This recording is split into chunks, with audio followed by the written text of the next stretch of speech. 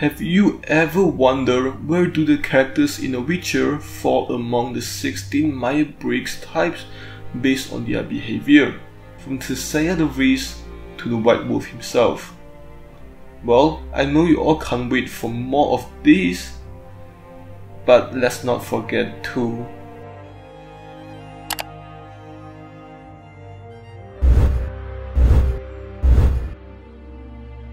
Tissaia De Vries. Tissaia is a logistician, or the ISTJ as many of you know. In many of her scenes, you can see her thinking about things silently by herself. That's because she is an introvert. She belongs to the sensing category because she cares more about practicality than conceptual. She is not worried about defending Sintra's rejection of the Brotherhood. Rather, she focuses on the long-term effects of Nilfgaard's invasion. When she responded to Yennefer's emotional trauma, she entered the thinking rather than the feeling part of her. She basically told Yennefer to suck it up and go to class. Next, you can tell that she is more like a judge than a perceiver. As we can all tell from the show, she is more of a structural person and she clings to tradition. Muzak. Muzak's social nature immediately labeled him as an extrovert. He is intuitive in the sense that he sees patterns, including the pattern of destiny that will work in Geralt's life, just like the one with Princess Pavetta. Although it did seem like Muzak considered other people's feelings when making a decision, his actions are actually rather more practical. He tried to encourage Geralt to accept his law of surprise, but when it was obvious that Geralt would not listen and cooperate, Muzak strategically decided to focus on the child of surprise and her mother. And he seems to be a perceiver because he adapts to the situation rather than expecting the rules to steer things in the right direction. Queen Kalansi. When she walked into the room, the queen was proud of owning it. She will also express her thoughts to everyone without any hesitation. She did not show any real interest in the more abstract things in life, but rather focused on tangible things. However, despite her passion, she is more of a thinker than a feeler, because she does not consider people's feelings when making decisions. You could clearly see this just through Pavetta, her daughter's wedding feast.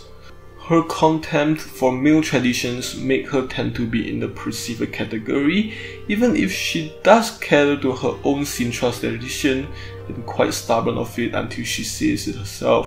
Thregobor. Thregobor can be seen as an introvert because of his little private magic garden which he claimed to have created due to his boredom. And we can tell that Thregobor is intuitive due to his interest in abstract patterns far exceeds what is in front of him.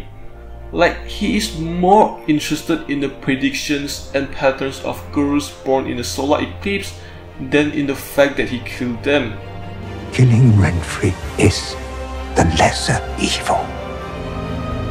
We can tell that Thregobor is kind of an evil genius, well, the lesser evil as he claimed. He was a little too excited about doing an autopsy on Renfrey. He completely ignores the feeling of others, which makes him firmly in thinking rather than feeling. Lastly, he is a perceiver because he wanted to be flexible and following his academic interests, feeling that the structure of the Brotherhood might get in his way. Yennefer. Yennefer is a plain extrovert and no one would say otherwise. He loves a big party and performing. Not even Geralt could make him shut up. We can tell that Yennefer tends to be intuitive because he is less interested in the intangible things he sees but rather more about ideas. There is no doubt that Yennefer makes decisions based entirely on his own feelings, otherwise he would not climb Dragon Mountain with his buddies. His ability to adapt to various situations shows that he is more of a perceiver than a judge. Toss a coin to your witcher, O Valley of Plenty. Yennefer. What is certain is that Yennefer is an introvert, even though she seems like an outgoing person who will speak out her own thoughts rather than a wallflower who is just pretty. Her focus on power and legacy turned her to the intuitive side rather than observant side. When she found that she had the opportunity to learn magic, she thought about the possibility of her being good at magic. She has suppressed her emotions, therefore we can tell that she is a thinker rather than a feeler. She does not make decisions based on values or people. And Yennefer contempt the brotherhood and routines and other structures put her in the category of perception. Ciri. Ciri is mostly quiet and reserved by nature. We can see her as an introvert, but it is not clear whether she is more intuitive or more emotional. Her curiosity about various possibilities seems more intuitive, including who Geralt was and why she wanted to find him.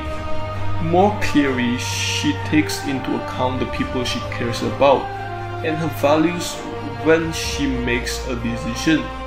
She chose to go to Geralt largely because her grandmother told her to before she died.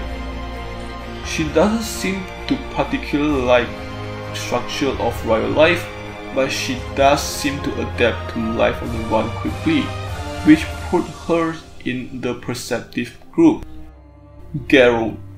The White Wolf himself can be seen as the embodiment of an introvert. Geralt's main dialogue skills are